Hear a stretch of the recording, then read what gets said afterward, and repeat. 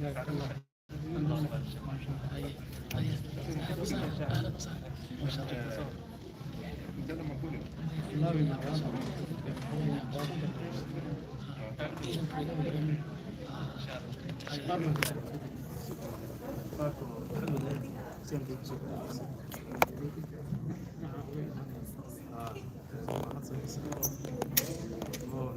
tried.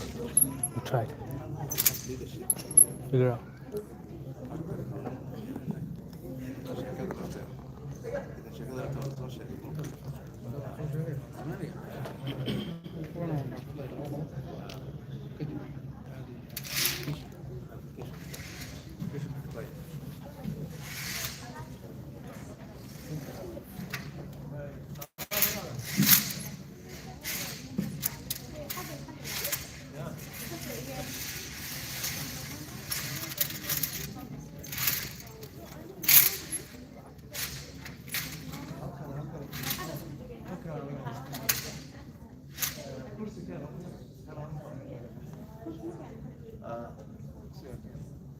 بس كده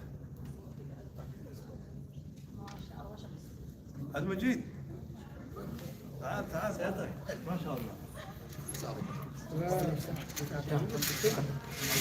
سلي والله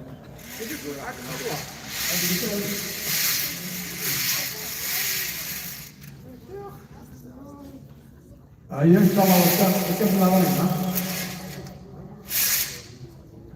ولا ده يبلا من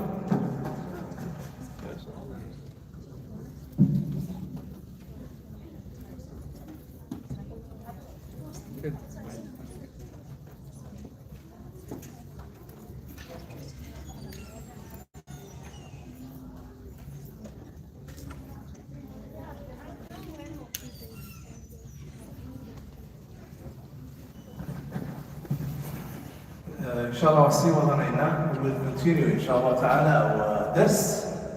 So let's start inshallah ta'ala. Ashur will inshallah ta'ala conclude and then Abdullah inshallah ta'ala will take over. Fadl Sheikh. بسم الله الحمد لله والصلاة والسلام على رسول الله.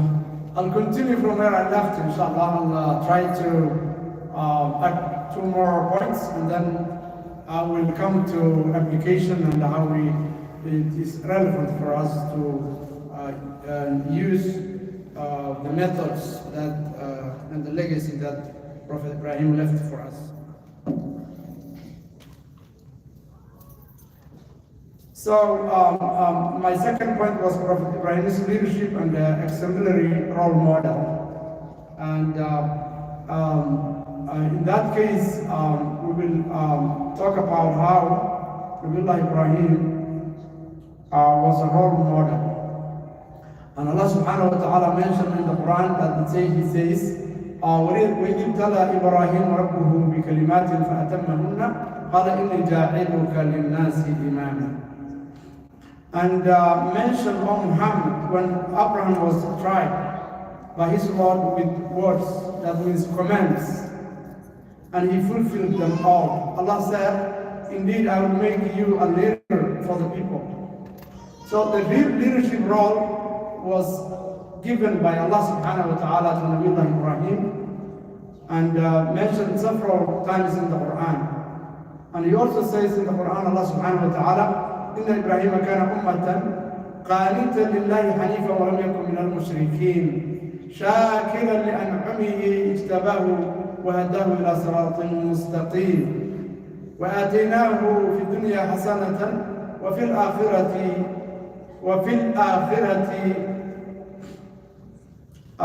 وإنه لمن الصالحين وآتيناه في الدنيا حسنة وإنه في الآخرة لمن الصالحين. These 3 verses are really loaded, and Allah subhanahu wa ta'ala mentions many important things within these 3 ayahs. First of all, Allah says, indeed Abraham was a comprehensive leader, devotedly obedient to Allah, inclined to a truth, and he was not of those who associate others with Allah. He was grateful for his favors, and Allah chose him and guided him to the straight path. and we give him good in this world, and indeed in the hereafter, he will be among the righteous. So we have like 10 things in these 3 ayahs. First of all, he was a leader. That he was a leader, that he was devoutly obedient to Allah subhanahu wa ta'ala.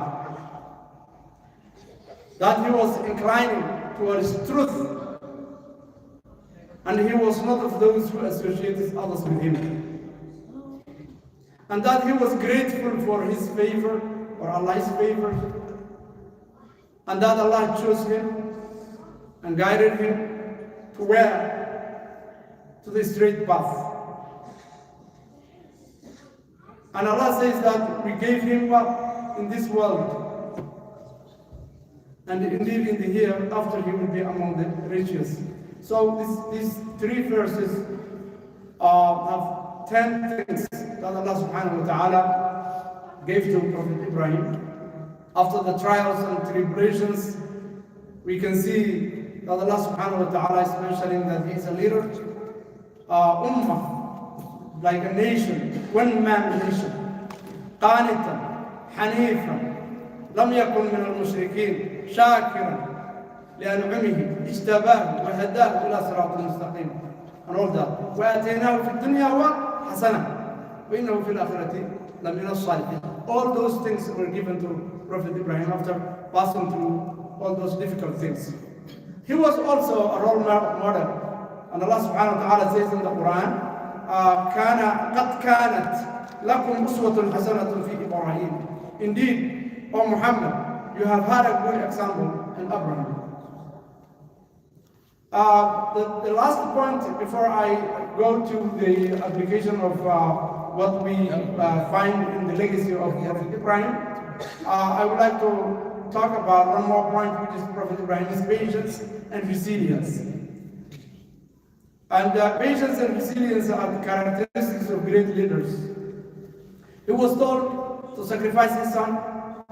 Some of the trials and tribulations that he went through is that he was told to sacrifice his son, leave his community, leave his family in a barren land without food and water, and had been childless for a very long time. He was thrown into the fire. So all those are things that he went through. And throughout all these trials and tribulations, Abraham successfully passed all the tests. And then Allah called him by saying, وَنَادَيْنَاهُ يَا إِبْرَاهِيمُ قَدْ صَدَّقْتَ الرُّؤْيَا إِنَّا كَذَلِكَ نَجْزِي الْمُحْسِنِينَ إن هذا لهو البلاء المبين وفديناه بذبح عظيم وتركنا عليه في الآخرين سلام على إبراهيم. So now he passed all the tests, he went through all the trials and tribulations and the difficult circumstances that he went through. Allah says, and then Allah says, كذلك نجزي المحسنين إنه من عبادنا المؤمنين. So Allah says, we called out to Ibrahim, and we say, oh Abraham, you have already fulfilled the vision. That means you are successful. You have passed all the tests. Indeed, this is how we reward the good doers. Verily, that indeed was a manifest trial. And we ransomed him with a great sacrifice, a ram. And blessed Ibrahim with honorable mention among later generations. That's why we have the message of Ibrahim, and we are still talking about Nabiullah Ibrahim all the way to the passage of time, and still we are mentioning him, and that's what Allah says in the Quran, which is وَتَرَكْنَا عَلَيْهِ فِي الْآخِرِينَ. That indeed was a manifest trial, and we ransomed him with a great sacrifice, and blessed Ibrahim with an honorable mention among later generations. Peace be upon Ibrahim. This is how we reward the good doers. So this comes twice, in the beginning and at the end of those the sequences of those verses. This is how we reward the good doers. So when you go to difficult circumstances of the Anbiya or the Rusul or the good people, go through difficult circumstances and they remain faithful, and they remain patient and resilient, and they remain connected to Allah subhanahu wa ta'ala, they get a reward. They get a reward in this world, and they get a reward in the hereafter. And that's why Allah says, he was truly one of our faithful servants.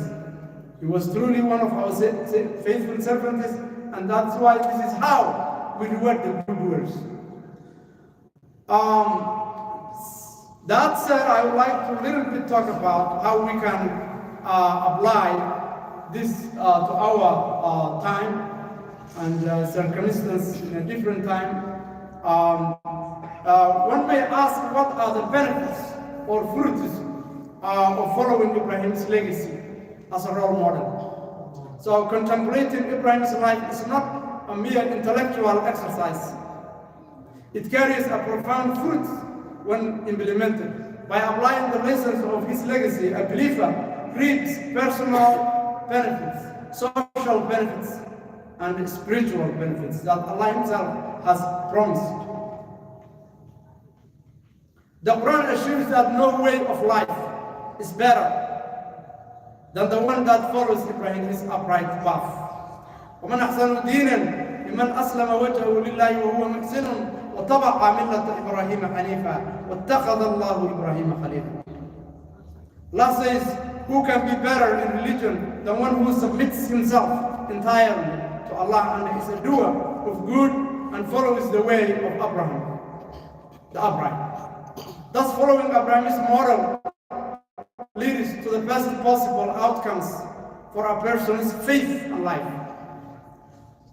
Three things that we're going to benefit. The first one of them is personal benefits. How can you gain personal benefits of Nabiullah Ibrahim's legacy?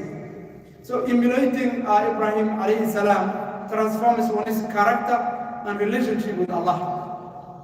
On a personal level, Ibrahim's story instills unshakable faith, Iman. One of them is Iman, unshakable faith. It's one of the benefits that you can reap. And trust in Allah, tawakkul. When he was thrown into the fire for defending monotheism, he said, Hasbunallahu wa ni'mal wakeel. Of which, if you are in a difficult circumstance and use that word, and Nabiullah Muhammad used it, and all the Salihin used it, Hasbunallah wa ni'mal, up until now, is a key to get attention and get help from Allah subhanahu wa ta'ala. Allah is sufficient for us, and He is the best guardian. And Allah miraculously cooled the flames of the fire when He was thrown into the fire. This teaches that if we trust truly in Allah, He will protect and provide ways we could never imagine. Another personal fruit or benefit that you can reap is developing patience and resilience. We need patience and resilience. In this tough life that we live now, with a lot of stress and anxiety, you need to be patient and resilient. So, and we can learn that from Nabiullah Ibrahim alayhi salam. Ibrahim faced the pain of being isolated from his people, the command to sacrifice his beloved son, and years of childlessness. Yet he remained patient and steadfast. Another benefit on a personal level that's adopted Ibrahim is sincerity in worship. So we said Al-Iman, we can benefit from the Iman of Nabiullah Ibrahim and we can emulate it. We can benefit from the tawakkul of Nabiullah Ibrahim and we can emulate it. As well, we can also follow and emulate the ikhlas, how he practiced ikhlas, and follow it. Ibrahim embodied Islam in the literal sense, wholehearted submission. When Allah said to him, submit, he responded immediately, I have submitted to the Lord of the worlds. In another level, we can also benefit from Nabiullah Ibrahim's legacy in a social and community way, communal way. Social and communal benefits. Ibrahim's legacy, when lived, has rich social rewards. Ibrahim's legacy instituted the Hajj pilgrimage, which to this day gathers millions in peace and equality. During Hajj, all pilgrims answered the call that Ibrahim was first commanded to proclaim. Following Ibrahim's example of enjoining family and community to worship yields strong, gracious families and communities. Ibrahim made dua. And all, by the way, all the beautiful du'as that Ibrahim left behind for us, if we use them, we can benefit from it as well. Up until now, we use it. Every Muslim is using it. So all those prayers and du'as that Ibrahim made are also another legacy which we can emulate and practice. Society at large benefits when Ibrahim's values are practiced. Honesty in dealings, as he was truthful, never a liar. Justice and rejection of falsehood, as he broke the idols and confronted tyranny. And a care for the underprivileged, as he was generous and hospitable. All those values are important and will benefit us. On a spiritual level, Ibrahim's legacy offers inspiration and closeness to Allah subhanahu wa ta'ala. Anyone who adopts the qualities of Ibrahim grows nearer to Allah subhanahu wa ta'ala. And he gets love, humility, devotion, frequent prayer, and resilience. That's what he went through and how he acted upon all those things and got all those qualities which we can also emulate. Ibrahim was ready to sacrifice his son purely out of obedience, showing that loving Allah above all else is the pinnacle of Tawheed. In our lives, we might not face that exact test, but we might be asked to sacrifice our worldly attachment